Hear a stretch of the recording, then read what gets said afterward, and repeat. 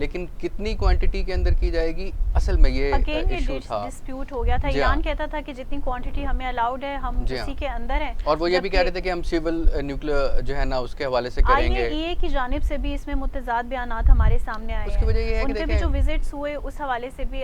عظیم سبزواری صاحب سے بات کروں گی. عظیم صاحب یہ بتائیے گا کہ ایران نے امریکی پابندیوں پر عالمی عدالت انصاف سے بھی رجوع کر رکھا ہے, ایران کیا توقعات رکھتا ہے عالمی عدالت انصاف سے اس حوالے سے؟ عالمی عدالت انصاف کی حیثیت سے ایران کو بھی وہی توقع ہے کہ عالمی عدالت انصاف منصفانہ فیصلہ ایران کے حق میں سنائے. لیکن ظاہر ہے کہ عالمی ادارے, عالمی جو تنظیمیں ہیں, چاہے وہ عالمی عدالت انصاف ہو, اقوام متحدہ ہو یا اس طرح کے دیگر ادارے, یہ سب کے سب بڑی طاقتوں اور ان کے مفادات کے جو ہیں وہ گرد گھومتے ہیں, اور ان کے زیر اثر بھی ہیں بہت سے معاملات میں ہم نے دیکھا ہے. ایگزیکٹلی جی, تو عالمی عدالت انصاف سے توقع تو یہی ہے کہ وہ منصفانہ فیصلہ کرے گی, لیکن یہ کہ فیصلہ کیا آتا ہے یہ اب دیکھنا پڑے گا ہمیں کہ عالمی طاقتیں کس حد تک اپنا اثر جو ہے وہ عالمی عدالت انصاف پر ڈال سکتی ہیں, یا عالمی عدالت انصاف کس حد تک ان کا اثر اس وقت قبول کرتی ہے, کیونکہ اس وقت جو صورتحال ہے عالمی سطح پر وہ ہمیں یہ دکھائی دے رہی ہے. پریزیڈنٹ جو بائیڈن کے آنے کے بعد سے آپ کس طرح سے حالات کو دیکھ رہے ہیں؟ کیا کوئی تبدیلی واقع ہوگی, یا جو یو ایس کا انفلوئنس ہے towards various organizations, various world organizations, do you think کہ اس میں کوئی تبدیلی آئے گی؟ دیکھیے, بظاہر تو ایسا دکھائی دیتا ہے کہ عالمی سطح پر امریکہ کا جو اثر و رسوخ ہے عالمی اداروں پر, اس میں کمی واقع ہوئی ہے ڈونلڈ ٹرمپ کے اقدامات کی وجہ سے, جو انہوں نے پل آؤٹ پالیسی اختیار کی عالمی معاہدوں سے نکلنے کی. یک طرفہ طور پر امریکہ کو انہوں نے نکالا معاہدوں سے, اس کے نتیجے میں. اور پھر دوسرے یہ کہ جو علاقائی اور عالمی صورتحال ہے جس میں امریکہ کی جو فوجی انفلوئنس اور اسٹریٹجی ہے اس میں کافی حد تک جو ہے وہ کمی واقع ہوئی ہے. اس لیے کہ امریکہ جو مشرق وسطیٰ میں اور مغربی ایشیا کے اندر جو کھیل کھیلنا چاہتا تھا داعش کے ذریعے سے, وہ اس میں بری طرح سے ناکامی ہوئی, اور اس میں ایران اور ایران کے جو اتحادی ہیں انہوں نے بھرپور مزاحمت کا مظاہرہ کیا ہے, جس کے نتیجے میں امریکہ کی جو پوری کوشش کی اس خطے کے اندر وہ اس کا کھیل ناکام ہو چکا ہے. اب دنیا یہ سمجھنے لگی ہے کہ امریکہ کی جو تسلط پسندی ہے نہ صرف یہ کہ اس کا مقابلہ کیا جا سکتا ہے بلکہ اس میں فتح بھی حاصل کی جا سکتی ہے, اور ایران تو پچھلے 42 برس سے امریکہ کی پالیسیوں کے سامنے ڈٹا ہوا ہے. لہٰذا ہم یہ کہہ سکتے ہیں, امید کر سکتے ہیں کہ عالمی سطح پر جو عالمی ادارے ہیں, عالمی تنظیمیں ہیں, وہ اب امریکہ کے اس طرح کے انفلوئنس میں نہیں ہے. اچھا عظیم صاحب, ایرانی سپریم لیڈر آیت اللہ خامنئی کا بھی بڑا کلیئر ایک سٹیٹمنٹ ہمارے سامنے آئی ہے. انہوں نے کہا ہے کہ جب تک ایران پر سے پابندیاں نہیں اٹھا لیتا امریکہ, اب جوہری معاہدے پہ اس طرح سے اس کے ساتھ ٹیبل ٹاک کی پاسبلٹی نہیں ہے. تو آپ کو کیا توقعات ہیں, کیا یو ایس کی جانب سے ایسا کوئی قدم اٹھانا متوقع ہے؟ دیکھیے, جہاں تک امریکہ کا تعلق ہے تو امریکہ کی پالیسیاں تو اپنی ہیں, ایران نے کلیئر جو ہے وہ کہہ دیا ہے. دیکھیے 2015 میں یہ ایٹمی معاہدہ ہوا, اس کا نام بھی joint comprehensive plan of action تھا, یعنی اس میں یک طرفہ صرف ایران کو اقدام نہیں کرنا تھا, یعنی کچھ اقدامات ایران کو انجام دینا تھے اور کچھ اقدامات مد مقابل امریکہ اور جو یورپ کے 3 کنٹریز ہیں جن میں جرمنی, فرانس اور برطانیہ ہے, ان لوگوں کو یہ اقدام کرنا تھا. لیکن ایران نے اپنے حصے کے تمام اقدامات انجام دے دیے, اور یہ IAEA کی تقریباً 15-16 رپورٹوں کے اندر اس بات کی توثیق کی گئی کہ ایران نے ایٹمی معاہدے کے مطابق عمل کیا ہے اور اپنے پروگرام پر عمل کیا ہے. لیکن ایٹمی معاہدے کے جو دیگر فریق تھے انہوں نے اس کی خلاف ورزی کی, انہوں نے ایک بھی اپنا وعدہ پورا نہیں کیا. یہ صورتحال ہمارے سامنے موجود ہے. ایسی صورت میں کیسے ہو سکتا ہے کہ ایران دوبارہ سے امریکہ کے ساتھ نیگوشیٹ کرے؟ دوسری چیز یہ کہ ایران کا جو واضح موقف ہے وہ یہ ہے کہ ہم امریکہ کے ساتھ براہ راست مذاکرات نہیں کریں گے. اگر امریکہ ایٹمی معاہدے میں واپس آ جاتا ہے تو پھر وہ آپ کا کیا مطلب ہے براہ راست مذاکرات سے؟ ایران جو یہ بات کہہ رہا ہے کہ وہ براہ راست مذاکرات نہیں کرے گا, تو یہ براہ راست کے پیچھے کیا ہڈن سٹوری ہے؟ دیکھیے, براہ راست تو ایران نے امریکہ کے ساتھ کبھی مذاکرات نہیں کیے, اس لیے کہ جب سے ایران کا اسلامی انقلاب کامیاب ہوا ہے اس وقت سے آج تک ہم یہ دیکھ رہے ہیں کہ امریکہ نے کسی نہ کسی بہانے ایران کو تک پہنچانے، اس کو نقصان پہنچانے کی کوشش کی ہے. صحیح. آپ کو یاد ہوگا کہ جب ایران میں اسلامی انقلاب کامیاب ہوا تو اس کے فوراً بعد ایران عراق سے جنگ کا آغاز ہوا. اس جنگ میں صرف اس عراق بیچ میں نہیں، مزید اور بھی اس جنگ میں ایونٹس ہوئے پوری تھے، ایک جیسے ایرانی پوری ایک ہاسٹیجز عالمی کا بھی اتحاد. معاملہ پیش آیا تھا. مزید بھی ایونٹس ہوئے جنہوں نے بڑا ڈینجر جو ایران یو ایس ریلیشنز ہیں ان کو بھی، اس کو لے کے وہ ٹائم اور آج کا ٹائم ہم نے دیکھے بہت زیادہ رفت پائی جاتی ہے دونوں، بہت زیادہ تناؤ پایا جاتا ہے دونوں ممالک کے ریلیشنز میں. مشرق وسطیٰ کی بھی صورتحال ہمارے سامنے ہے. دو الائز ہیں جو آمنے سامنے ہیں. ایران ہے، ایران کے ساتھ رشیا کھڑا ہے، چائنا کھڑا ہے، اور بڑے کلیئر سے یہ انڈینجر پہنچاتے نظر آتے ہیں ہمیں یو ایس کی ہیجمنی کو. بہت اوپنلی اس کے یہ ہیں. ڈاکٹر منظور صاحب کی طرف واپس جاؤں گی، ان سے پوچھوں گی ڈاکٹر صاحب آپ کس طرح سے دیکھتے ہیں اگر یہ ڈیل دوبارہ سے یہ اونٹ کسی کروٹ بیٹھ جاتا ہے تو آپ کیا سمجھتے ہیں ورلڈ پالیٹکس پر کتنا اثر انداز ہوگا یہ سب؟ دیکھیے اس ڈیل کو تو سب پاورز نے ویلکم کیا تھا کیونکہ اس میں دنیا کی بڑی طاقتیں شامل تھی. ایشیائی اور افریقی ممالک نے بھی ویلکم کیا تھا. تو یقیناً کہ یہ تو دنیا کے مفاد میں ہیں، یہ گلوبل پیس کے مفاد میں ہیں. Global peace is very important. یہ بہت زیادہ ضروری ہے. پھر خاص کر اگر ہم آج کل کے دور میں دیکھیں، دنیا میں دیکھیں، مشرق وسطیٰ میں کیا ہو رہا ہے، افغانستان میں کیا ہو رہا ہے، چین اور امریکہ کے درمیان جو کچھ جاری ہیں، کمپٹیشن ہے یا ٹریڈ وار ہے، ٹروپس ہیں، وہ تو اٹس اے سٹوری اسائڈ. اس کے ساتھ ساتھ جو آئل پالیٹکس جاری ہے، کولڈ وار جاری ہے، جی بہت سے ایسے مطلب پوائنٹس ہیں جو ریفیوز جن کو نہیں کیا جا سکتا، نیگلیکٹ نہیں کیا جا سکتا. بے شک بالکل جو اکنامکس ایشوز ہیں یا جیو پولیٹیکل ایشوز ہیں. تو اس لیے جو یہ ڈیل ہے اگر فیوچر میں اللہ کرے کہ کامیاب ہو جائے تو یقیناً کہ یہ پوری دنیا کے لیے بہت زیادہ ضروری ہے. دوسری طرف اگر ہم دیکھیں تو اقوام متحدہ کا بھی اس پہ زور ہے کیونکہ یہی ڈونلڈ ٹرمپ نے جب مئی 2018 میں ویڈرال کیا اس ڈیل سے تو اس کو کرٹیسائز کیا گیا. اور مزے کی بات یہ ہے کہ یہ تنقید جو ہے امریکہ کے مخالف ممالک کی طرف سے نہیں آئی، انہوں نے بھی کی، بلکہ حامی اور اتحادی ممالک انہوں نے بھی کرٹیسائز کیا تھا. جس طرح فرانس جو ہیں، ایون جرمنی سے جو ہیں آوازیں اٹھی تھی، اور خود اقوام متحدہ کے اندر سے لوگوں نے جو ہے اس کو کرٹیسائز کیا تھا کہ یہ عالمی امن کے لیے دھچکا ہے اور اس کے لیے ایک بہت بڑا تھریٹ ہے. کیونکہ اس سے پہلے جو واقعہ ہوا تھا، جو 6 پارٹی ٹاکس تھی شمالی کوریا کی نیوکلیئر پروگرام کے اوپر، ٹھیک ہے، تو وہ بھی کنکریٹ جو ایگریمنٹ کہتے ہیں وہاں تک نہیں پہنچی تھی. تو یہ ایک دوسرا مرحلہ تھا.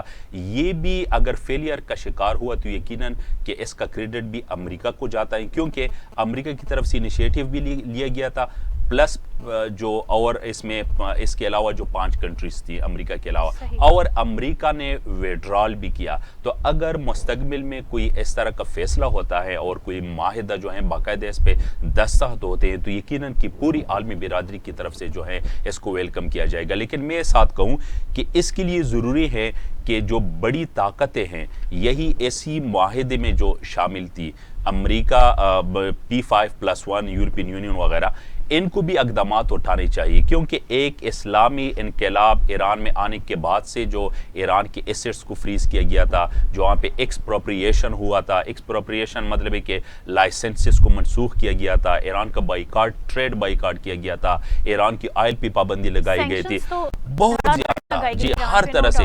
تو اور کوئی اقدامات کریں گے، انسینٹیوز اور انیشیٹیوز جو ہیں دینے ہوں گے. اقدامات کی بات کی، ان سے کیا توقعات ہیں؟ دیکھیں یونائٹڈ نیشنز کے بھی پرماننٹ ممبر ہیں. شاہد صاحب یہ کوشچن میرا آپ سے بھی ہے. پرماننٹ ممبر ہیں، ویٹو پاور ہے ان ممالک کے پاس، ٹھیک ہے. جب معاہدہ ہوا تو کسی ایک ملک کو یہ اختیار نہیں تھا کہ وہ اس معاہدے سے وڈرا کر سکے، لیکن امریکہ نے یہ سب کر کے دکھایا. تو اس سب کو آپ کیسے دیکھتے ہیں؟ Like there is a continuous hegemony of United States of America. Right, and یہ ہمیشہ سے ہے، آج سے نہیں ہے. بلکہ مجھے ایک ٹائم وہ بھی یاد ہے، ڈاکٹر صاحب کو بھی پتا ہوگا کہ 1990s کے اندر ایک کارٹون شائع ہوا تھا اور نیو یارک ٹائمز کے اندر آیا تھا، جس کے اندر انہوں نے جو ہے اس وقت کے امریکن پریزیڈنٹ کو جو ہے ان کی جیب میں یونائٹڈ نیشن کو دکھایا تھا. تو اٹس اے پاکٹ آرگنائزیشن، اور اس وقت سے اس سے زیادہ بہتر کارٹون یونائٹڈ نیشن کے حوالے سے یا کوئی بھی کیریکیچر جو ہے نہیں ہو سکتا. اور اس سے یہ بات ثابت ہوتی ہے کہ یونائٹڈ نیشن جو ہے اور اس کے اندر بیٹھے ہوئے وہ لوگ، وہ جو اس کے پرماننٹ ممبرز ہیں، وہ سارے ہمیشہ اس بات سے دور ہی رہے ہیں جہاں پر امریکہ کی ہیجمنی کی بات آئی ہے. اب امریکہ دیکھیں سب سے آپ کے سوال میں ہی آپ کا جواب بھی ہے. اگر آپ باقی 5 ملکوں کے ساتھ بیٹھ کر ایک ایگریمنٹ کرتے ہیں, چلیں ان میں سے چوتھا فریق ہے تو آپ 5واں فریق ہے تو چوتھے کے ساتھ جو ہے 4 ملکوں کو الگ کر کے آپ کس طرح معاہدے سے جو ہے پل آؤٹ کر سکتے ہیں. اور یہ بیسکلی یہ تو سفارتی سطح پر بھی جو ہے ایک بہت بڑا دھچکا بھی ہونا چاہیے تھا ان تمام ممالک کے لیے کہ وہ گارنٹر بن کر بیٹھے ہوئے تھے. جب یہ ڈیل انہوں نے منسوخ کی نا تو ان سارے ممالک نے بڑی کلیئر سٹیٹمنٹ دی کہ امریکہ نکل گیا ہے لیکن ہم اس ڈیل کو لے کے آگے چلیں گے. لیکن ان کے چلنے سے فائدہ کوئی نہیں تھا جب ایک فریق اس کے اندر سے نکل جاتا ہے. And the main dispute was between the United States of America and Iran. That should be resolved. اب بات یہ ہے کہ جب اس کے اندر سے یو ایس اے جو ہے وہ نکل رہا ہے, پل آؤٹ کر رہا ہے, اسے وڈرا کر رہا ہے, تو یہ کس طرح ہو سکتا ہے کہ باقی ملک جو ہیں وہ اس کے اندر انٹروین کر سکیں. دیکھیں ملکوں کی جو خارجہ پالیسی ہوتی ہے اس کے اندر دوسرا ملک انٹروین تو نہیں کر سکتا, وہ اس کے ساتھ بیٹھ کر ایگریمنٹ کر سکتا ہے. لیکن ایک ایسا ملک جس نے اس ایگریمنٹ کو جو ہے وائلیٹ کیا ایک طریقے سے, اس کو کسی نہ کسی فورم کے اوپر ضرور اٹھنا چاہیے تھا. ان ملکوں کو ایک فورم کے طور پر چل کر اس کے اوپر اتنا تو ایک انٹرنیشنل پریشر بھی تو ہوتا ہے نا. ہر جو انٹرنیشنل فورم ہے وہ تو امریکہ کے زیر اثر ہے. دین کمز لیکن دیکھیں جو ملکوں کے جو آپس کے جو بائیلیٹرل ریلیشنز ہوتے ہیں ان کے ذریعے بھی وہ پریشر جو ہے ایسرٹ کیا جا سکتا ہے. اور اگر وہ پریشر کسی بھی طریقے سے آپ ایک فورم کے ذریعے نہیں دے رہے تو سفارتی طور پر تو وہ دے سکتے ہیں نا.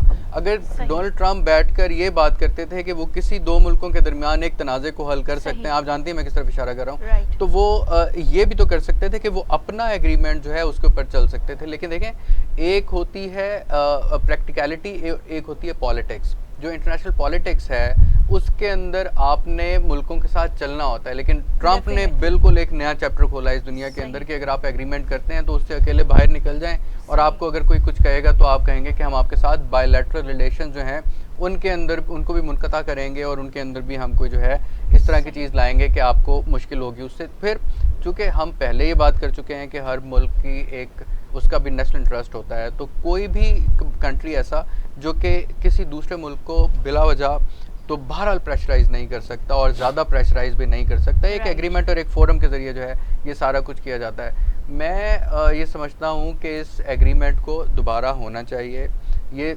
فریقین جو ہیں وہ ساتھ بیٹھیں, اور یہ جو آپ لوگ بات کر رہے تھے گلوبل پیس کی, گلوبل پیس سے زیادہ جس ریجن کے اندر ہم رہتے ہیں اس ریجنل پیس کی بہت زیادہ یہاں پہ ضرورت ہے. دیکھیں آپ اس ریجن کو اگر دیکھیں تو ہسٹوریکلی بھی اور جیوگرافکلی بھی اس کے اندر اس وقت ہمارے چاروں طرف تنازعات ہیں. آپ دیکھیں کہ افغانستان کے اندر کیا ہو رہا ہے, آپ یہ دیکھیں کہ ایران عراق جنگ سے لے کر اب تک اس ریجن کے اندر اس کا کتنا امپیکٹ رہا. آپ یہ دیکھیں کہ صرف اپنے بارڈرز کی بھی بارڈرز کے اوپر کیا ہوا, صرف ایک سیف بارڈر ہے چائنا کا, اور پھر دیکھیں پچھلے دنوں میں چائنا اور انڈیا کے درمیان جو کچھ ہوتا رہا, تو ہمیں جو ہے نا یہاں پر بیٹھے ہوئے جب ہم ایز اینالسٹ بھی بات کرتے ہیں اور پریکٹیکلی اگر کہیں پہ پولیٹیکلی بھی اس کے اوپر بات ہو رہی ہوتی ہے, تو اس ایگریمنٹ کو 2 ملکوں کے درمیان ایک ایسے ایگریمنٹ کے طور پہ دیکھنا چاہیے جو کہ نہ صرف گلوبل پیس کی طرف جا رہا ہو بلکہ ریجنل پیس کو بھی انشور کر رہا ہو. یورینیم انریچمنٹ جو ہے وہ چاہے 3.67% کر رہا ہے ایران, یا پھر اب جو خبریں آ رہی ہیں کہ وہ 20% تک چلا گیا ہے, وہ IAEA جو ہے اس کا ڈیسیژن اس کے پاس ہے اور اس کا وہ آبزرو کریں گے, دیکھیں گے, جائیں گے, اور وہ جاتے صاحب کی طرف واپس آؤں گی.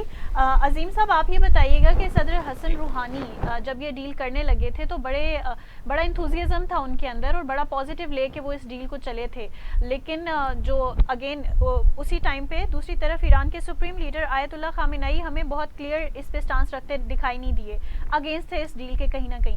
اور آگے گیا وقت جو ان کی پرسیپشن تھی یو ایس کے بارے میں, ایونچولی دیٹ کیم ٹرو. اب میں آپ سے یہ جاننا چاہوں گی کہ کیا موقف ہے ایران کے سپریم لیڈر اور صدر حسن روحانی دونوں ایک پیج پہ ہیں اس کو لے کے؟ دیکھیے جہاں تک ایران کے موقف کی بات ہے, جہاں آپ نے اس وقت بات کی کہ رہبر انقلاب اسلامی نے اس وقت یہ بات کہی تھی کہ امریکہ کے ساتھ جو ڈیل ہے وہ اس سے زیادہ پر امید نہیں تھے, یعنی اس کا مطلب یہ نہیں تھا کہ ایران کی جو حکومت ہے اور جو قیادت ہے وہ ایک پیج پر نہیں تھی اس معاہدے کے حوالے سے, ایسا نہیں تھا. اس کو یہ کہہ سکتے ہیں کہ انہوں نے کہا کہ اور ہاں اس وقت بھی ایک پیج پر تھے, لیکن ہم زیادہ پر امید نہیں تھے کہ اس ڈیل کا کوئی نتیجہ برآمد ہوگا, اور ایسا ہی ہوا کہ یہ ڈیل جو ہے ہوئی, اور اس کے بعد امریکہ کے اندر حکومت چینج ہوئی, اور اس چینج کے نتیجے کے اندر یہ معاہدہ ہی جو ہے وہ کھٹائی میں پڑ گیا. یہ ایک بڑا امپورٹنٹ پوائنٹ ہے کہ سر اوباما نے اپنا ٹینیور ختم جب ان کا ہوا اسی ٹینیور کو ختم ہونے کے بیچ میں انہوں نے یہ ڈیل بھی سائن کر دی. یعنی اس ٹائم بھی بڑا کلیئر تھا کہ جو کچھ بھی ہوگا, جو بھی ایکسپیکٹیشنز ہے اس کو لے کے پرسو کرنے کی جو بات ہے وہ نیکسٹ پریزیڈنٹ پہ آئے گی. نہیں, ایسا نہیں ہے. یہ نیکسٹ پریزیڈنٹ پر آنے کی بات نہیں تھی. اس حوالے سے اگر کوئی اس شک و شبے میں مبتلا ہے تو ایسا نہیں ہے. ایران کے اندر جو بھی فیصلے ہوتے ہیں وہ ایران کی جو وزارت خارجہ یا جو اس طرح کی جو نوعیت کے فیصلے ہوتے ہیں ان میں جو اعلیٰ ترین قیادت ہے اور اس کے جو تمام تر جو باتیں ہوتی ہیں وہ نیشنل سیکورٹی کونسل کے اندر ہوتی ہیں ایران کی. اور جب نیشنل سیکورٹی کونسل کسی نتیجے پر پہنچ جاتی ہے تو پھر اس کام کو پرسو اور اس کو آگے بڑھایا جاتا ہے. ایسا نہیں ہوتا کہ ایران کی گورنمنٹ ایک طرف ہو اور ایران کے جو قیادت ہے وہ ایک طرف ہو. یعنی لیکن جہاں تک آپٹیمزم کا تعلق ہے, امیدوں کا تعلق ہے, تو یقیناً اس حوالے سے زیادہ امید ایران کی قیادت نہیں. یہ جو میرا پوائنٹ ہے نیکسٹ پریزیڈنٹ کے آنے کا, یہ میں یونائٹڈ اسٹیٹس آف امریکہ کے تناظر میں بات کر رہی ہوں کہ اوباما کا ٹینیور تب نیئر ٹو کمپلیشن تھا اور وہ دور ختم ہوا. اس کے بعد ہم نے دیکھا ٹرمپ آئے, ٹرمپ نے آتے ہی اس ڈیل پہ اپنے تحفظات کا اظہار کرنا شروع کر دیا. ایونچولی انہوں نے کوئی خاص ٹائم نہیں لیا اس کو اوبلیگیٹ کرتے ہوئے. دیکھیے میں آپ کو بتاؤں, میں ایک بات بتاؤں, ایران کا جو امید تھی وہ یہ نہیں تھی کہ یہ, کیونکہ یہ معاہدہ صرف امریکہ اور ایران کے درمیان نہیں تھا. اس میں جو یورپ اس کی گارنٹی دے رہا تھا اور اس کے اندر جرمنی, فرانس اور برطانیہ جیسے یورپی ممالک جو تھے وہ گارنٹر اور سگنیٹری ہیں اس کے. اس کا مطلب یہ ہے کہ یہ ڈیل صرف ایک ملک کے ساتھ نہیں تھی. ایران نے 5 ملکوں کے ساتھ یہ ڈیل کی تھی, 4 ملکوں کے ساتھ یہ ڈیل کی تھی, پلس اس کے اندر یورپی یونین شامل ہے جس نے مین انیشیٹو لیا تھا. لہٰذا ایران کو صرف امید یہ تھی کہ ایک امریکہ پر ڈیپینڈنٹ نہیں ہے یہ معاہدہ.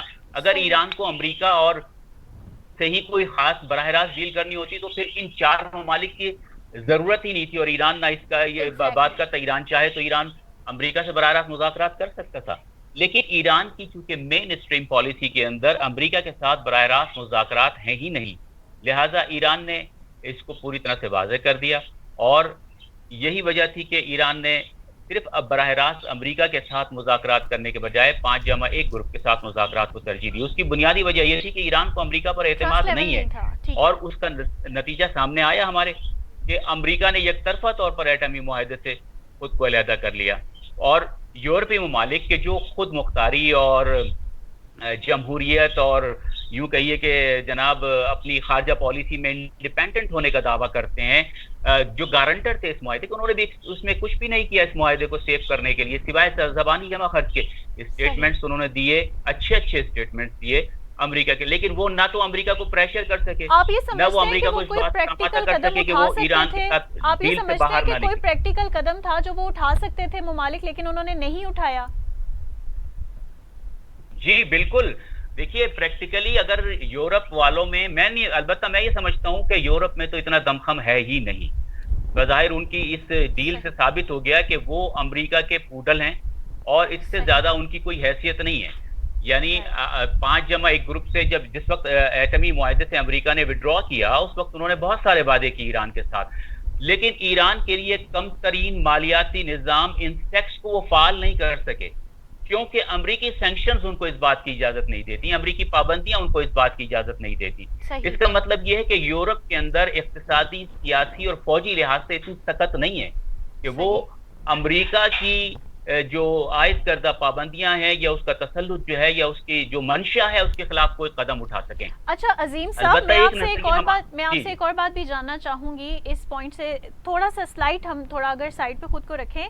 میں زائونزم کی بات کروں گی, صہیونزم کی بات کروں گی. ایران اس کے بہت اگینسٹ ہے, لیکن جو صدر جو بائیڈن ابھی آئے ہیں, امریکی صدر برسر اقتدار آئے ہیں, وہ بڑے کلیئر وے میں خود کنفیشنل اسٹیٹمنٹس ہیں ان کی کہ ہی از اے زائونسٹ. تو آپ کیا سمجھتے ہیں, ایک طرف ان کا زائونزم, ایک طرف صہیونزم, دوسری طرف ایران US نیوکلیئر ڈیل, کس طرف دیکھتے ہیں آپ یہ سب جاتا؟ دیکھیے امریکہ کی پالیسیاں جو ہیں اگر آپ اس پر غور کریں تو پچھلے کم سے کم 70-75 برس سے تو ہم یہ دیکھ رہے ہیں کہ ایک ان کا, جس کو ہمارے دوسرے ساتھیوں نے بھی شیئر کیا اور ہمارے ماہرین نے شیئر کیا جو مجھ سے سینئر ہیں, کہ امریکہ کا نیشنل انٹرسٹ, یعنی ان کا قومی مفاد کس طرف ہے. ایگزیکٹلی. جہاں ان کے قومی مفاد کو خطرہ ہوتا ہے وہاں وہ ہر اس معاہدے سے نکل جاتے ہیں کہ جو معاہدہ ان کے مفادات سے ٹکراؤ رکھتا ہو.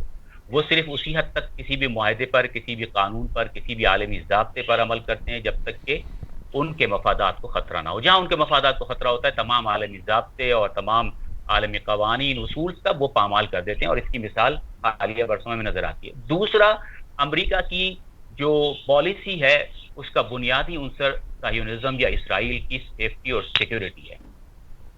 جہاں پر اسرائیل کی بات آتی ہے، جہاں صہیونزم کی بات آتی ہے، وہاں پر امریکہ کی تمام تر پالیسیاں، پرنسپلز اور ان کی اقدار سب ایک طرف ہو جاتی ہیں.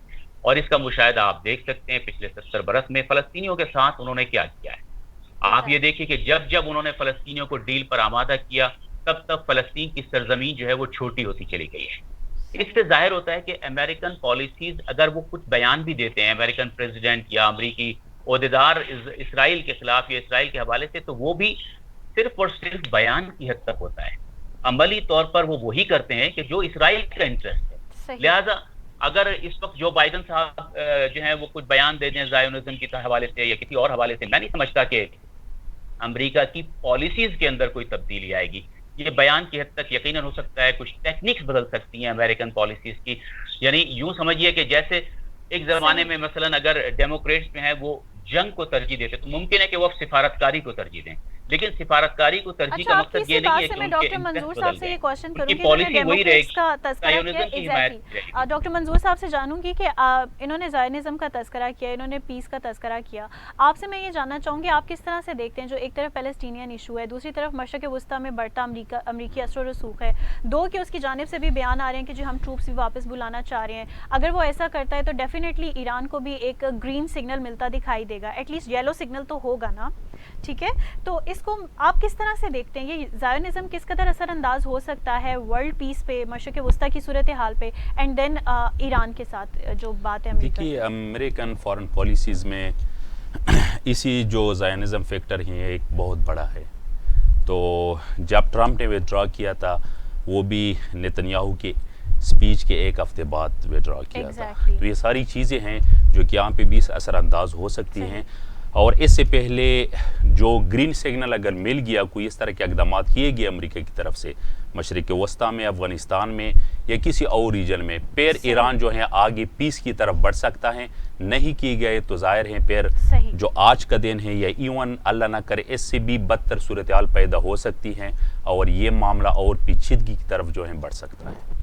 اگر دونوں ممالک عقل مندی کا مظاہرہ کریں تو بہت کچھ پازیٹیو بھی ہو سکتا ہے. Let's hope for the best and hope for the positive things to be happen in the future. بہت شکریہ اپنے معزز مہمانوں کا. اسی کے ساتھ ہی program up front with Muntaha Hasan سے اپنی میزبان کو اجازت دیجیے گا. خدا حافظ.